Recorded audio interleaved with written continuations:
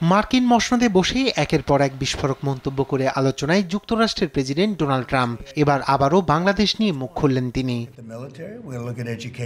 আবারও বললেন বাংলাদেশের রাজনৈতিক ক্ষেত্রকে শক্তিশালী করতে এবং উগ্র বামপন্থী কমিউনিস্টদের ভোট দেওয়ার জন্য $2.90 কোটি অর্থ সহায়তা দিয়েছিল যুক্তরাষ্ট্র। শনিবার ওয়াশিংটনে কনজারভেটিভ পলিটিক্যাল অ্যাকশন কনফারেন্সে বক্তৃতা করার সময় কথা বলেন ট্রাম্প। ওই কনফারেন্সের পুরো ভিডিওটি নিজেদের ইউটিউব চ্যানেলে শেয়ার করেছে ফক্স নিউজ। 1 ঘন্টা 13 মিনিট 33 সেকেন্ডের ভিডিওর 40 মিনিটের সময় ট্রাম্পকে বাংলাদেশ প্রসঙ্গে কথা বলতে শোনা যায়।